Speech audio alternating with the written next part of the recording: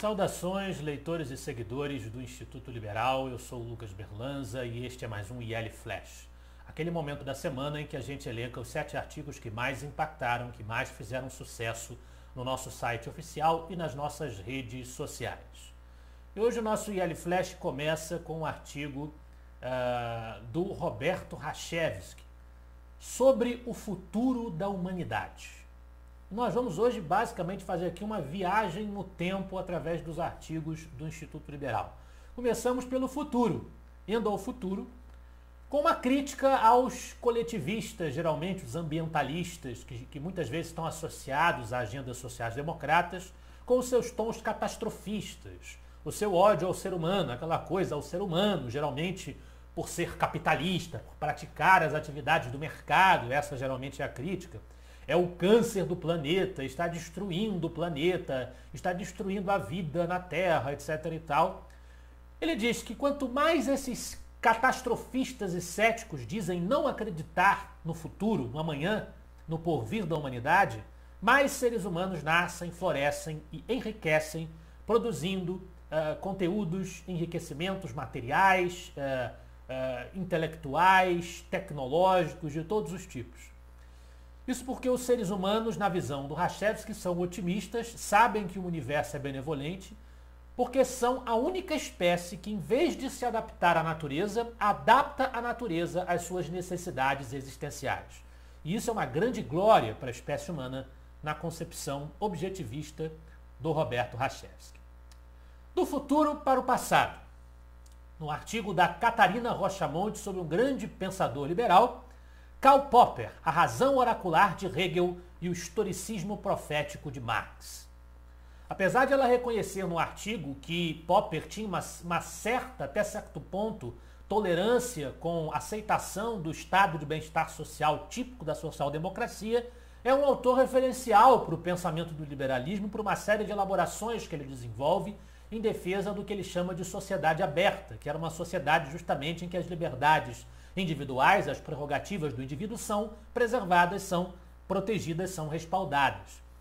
Nesse artigo, a Catarina faz uma rica análise do pensamento de Popper. Ela já começou a fazer essa análise no artigo dela anterior, no próprio Instituto Liberal. Ela vai continuar produzindo uma série de textos sobre o pensamento de Karl Popper, este é o segundo, em que Karl Popper analisa criticamente o pensamento de Hegel e o pensamento de Marx, que são pensamentos que têm uma relação um com o outro, embora o pensamento de Hegel seja um pensamento idealista do absoluto, enquanto Marx se baseia no materialismo dialético, Marx faz uma releitura do idealismo hegeliano. Então existe uma relação de parentesco filosófico entre esses dois pensadores, e na visão do Popper, os dois de alguma maneira legitimam a tirania, legitimam o poder do Estado Leviatã. Marx porque aposta no receituário da ditadura do proletariado para alcançar o seu comunismo tão desejado.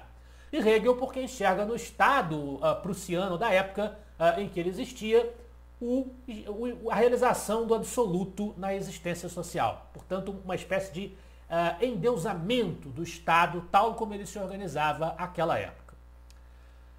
De volta para o futuro, que é o nome inclusive de uma franquia cinematográfica muito famosa. Mas, brincadeiras à parte, nós temos o artigo da Liberalismo Brazuca, o FMI e as perspectivas globais. Segundo o artigo, as últimas perspectivas econômicas prenunciadas pelas análises do Fundo Monetário Internacional têm muitos insights interessantes. O mais importante é o reconhecimento de que a desaceleração econômica em muitos países no mundo aumentou drasticamente as estimativas de inflação feitas pelo FMI. Prevê-se mais inflação para o mundo inteiro nos próximos meses, nos próximos tempos. Para a análise da página Liberalismo Brazuca, o próprio FMI é culpado por isso, pelo menos em parte. E é interessante porque ele observa que no Brasil nós temos a tendência a associar o FMI com o neoliberalismo. Desde os tempos de Juscelino Kubitschek, o FMI é atacado como órgão do imperialismo estrangeiro que quer manter o Brasil no subdesenvolvimento, adotando o receituário privatista, o receituário de contenção de gasto público, etc. e tal, aquela coisa que eles sempre usam contra nós liberais. eles usam contra o FMI, como se ele fosse um emblema do liberalismo. No entanto, de acordo com Daniel Lacalle, os relatórios do FMI, com frequência, são extremamente otimistas em relação ao crescimento dos gastos governamentais. Porque, abre aspas, o FMI muitas vezes subestima o mau investimento do governo e os incentivos perversos para inchar os orçamentos do governo com gastos correntes improdutivos. Fecha aspas. Então, na verdade, a coisa, da maneira como ela se passa no FMI, é muito diferente do que nós comumente imaginamos.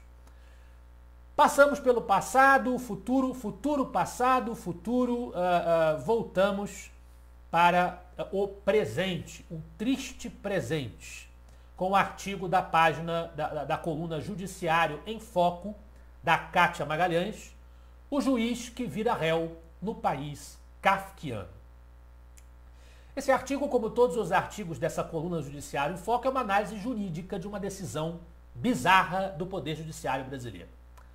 E neste caso, realmente, o assunto é chocante, o assunto é inacreditável para qualquer um que tenha um pingo de bom senso, um pingo de sensatez, que tenha os neurônios minimamente no lugar. Que se trata da decisão judicial de acatar uma ação popular do PT, tá certo? Do Partido dos Trabalhadores, que governou o Brasil nos governos Lula e Dilma Rousseff, onde aconteceram os tenebrosos escândalos de corrupção do Petrolão e do Mensalão, investigados pela Operação Lava Jato. Então, a ação popular movida pelo PT foi acolhida pelo judiciário brasileiro, transformando o ex-juiz Sérgio Moro, que julgou as questões da Lava Jato, condenou o Lula,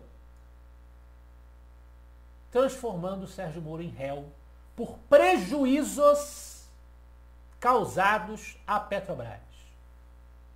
Quer dizer, aquele que julga o crime perpetrado pelos autores da ação, porque o PT é o comandante da máfia que perpetrou este ato draconiano contra as nossas empresas, contra o erário público, contra, portanto, o pagador de impostos brasileiro,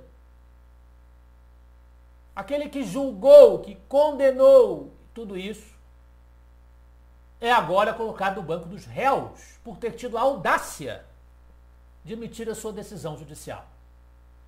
É realmente colocar o planeta de cabeça para baixo, é realmente colocar o mundo de cabeça para baixo. É um negócio que não tem o menor cabimento, não tem como racionalizar um despautério como esse, que muito felizmente a Kátia está comentando no seu artigo.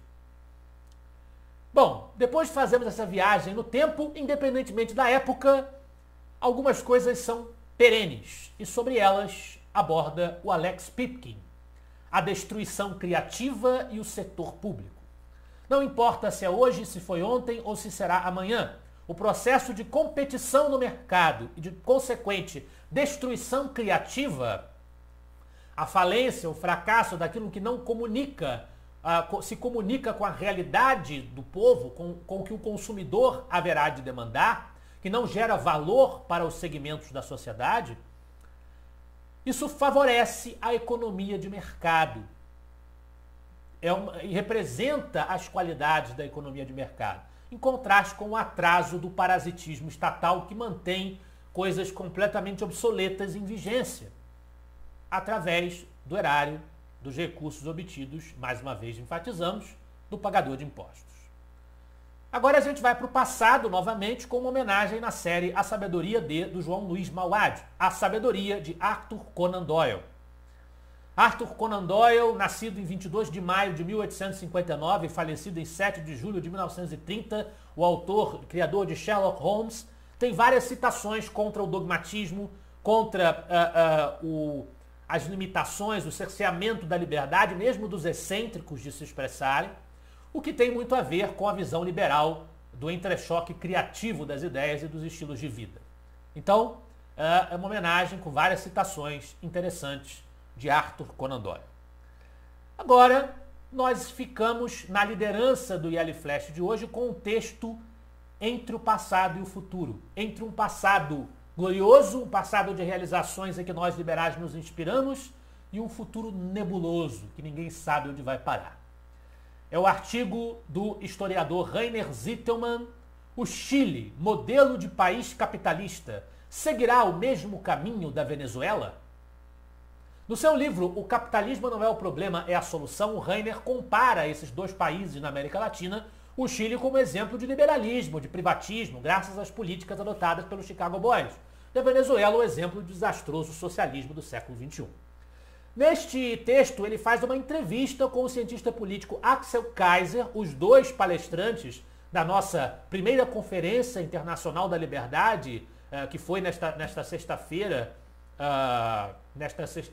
dia 3 de junho, e que Kaiser comenta a situação chilena e diz que a pretensa nova Constituição do Chile é a mais longa do mundo, com 499 artigos, o que não prenuncia coisa boa, a verdade é esta. E a gente encerra então com uma das respostas do Axel Kaiser às perguntas formuladas pelo Rainer. Eu ainda acredito no bom senso do povo chileno e que não chegará a isso. Mas de qualquer forma estamos enfrentando anos difíceis e amargos. O que mais me preocupa é o aumento da violência no país e um retorno à política de livre mercado geralmente bem sucedida, que a propósito também foi apoiada pelos socialistas nas últimas décadas, embora com algumas ressalvas, me parece improvável. Por que os socialistas facilitariam as nacionalizações com a nova Constituição se não tivessem planos correspondentes na manga? E, logicamente, os planos para introduzir o imposto sobre a riqueza também assustarão os investidores. Esperamos que o futuro do Chile não seja sombrio, como esses anseios dos esquerdistas de lá parecem prenunciar. Este foi o nosso IL Flash de hoje. Espero que vocês gostem dos artigos e dos debates proporcionados pelo Instituto Liberal. Semana que vem estaremos de volta. Afinal de contas, para nós, você é a parte mais importante da sociedade. Até a próxima!